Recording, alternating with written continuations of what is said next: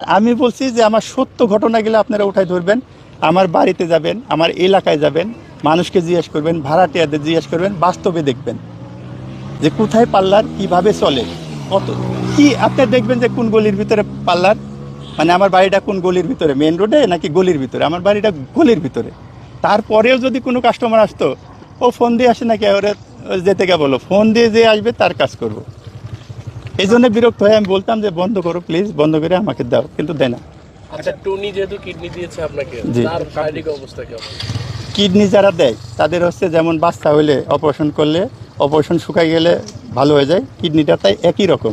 একটা কিডনি যদি আপনার থাকে, একটা কিডনি যদি সুস্থ থাকে, তো ওই কিডনিটাই আপনাকে সারা জীবন চালিয়ে নেবে, যেহেতু আপনার নিজের কিডনি ওটা তো কোনো এফেক্ট নাই, ওটা পরিপূর্ণ ভালো।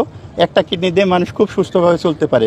তো 2 মাস বা 2.5 মাস লাগে, এটা অ্যান্টিবায়োটিক খেলে এটা শুকিয়ে যায়, তারপরে সুস্থ থাকে। এটা হচ্ছে যারা দিবে তাদের। আর যারা নিবে তারা তো রুগী, তাদের অনেক প্রবলেম থাকে। এই প্রবলেমটা এবং কিডনিটা তার, যেমন আমার শরীরে লোকে নিতে চায় না, ওই কিডনি নিতে চায় না। আমি এই যে পাওয়ারফুল ওষুধগুলো খাচ্ছি, এই কিডনিটাকে মানে শরীরে এক্সটেপ করাচ্ছে আর কি, মানে ধাক্কা দিয়ে রাখতেছে এই ওষুধগুলা।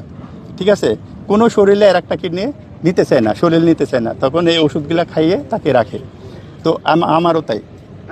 আসলে ফালতু পার্লারে ব্যবসা আছে, বললাম তো যে 8,000 টাকা, আমি বলছি যে আমার রুম ভাড়া পাবো 8,000 টাকা, এটা তো আমার চলবে, তোমার ব্যবসার দরকার নাই, তো তোমার পার্লার দরকার নাই, তুমি রেস্ট নাও। কিন্তু সে এটা ছাড়বে না। আমি বলছি অন্য ব্যবসার জায়গায় যায় করো, ভালো মতো করো, তাও করবে না। সে রুম ছাড়বেও না, সে ব্যবসাও করবে না, রেস্ট নাও সেটাও করবে না, ভাড়াও দিতে দিন। ওই রকমই আমি বাড়ির থেকে বের করে দিছি।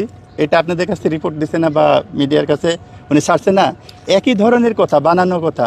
সে ভাড়া নিচ্ছে, সে খাচ্ছে, সে মস্তানি করতেছে, মাস্তানি করতেছে, নাচতে, অথচ বলতেছে আমি বাসা থেকে নাকি বের করে দিচ্ছি, আমি জেলে আর মেডিকেলে পৌঁছতেছি। এই হচ্ছে কথা, মিথ্যা কথা, পরকীয়ার কথা, এগুলা মানে কত বড় যে বানোয়াট কথা বলতেছে। সব কিছুই তো বানোয়াট, তাহলে আপনার এই টাকাটার কথা বানোয়াট না হয়ে কেমনে হবে? এটা তো বানোয়াটি কথা। একই ধরনের যত মিথ্যা কথা বলে কেঁদে কুদে মানুষের কাছে অভিনয় করে এত জনপ্রিয়তা হয়েছে। আর আমি বলছি যে আমার সত্য ঘটনাগুলো আপনারা উঠাই ধরবেন, আমার বাড়িতে যাবেন, আমার এলাকায় যাবেন, মানুষকে জিজ্ঞেস করবেন, ভাড়াটিয়াদের জিজ্ঞেস করবেন, বাস্তবে দেখবেন।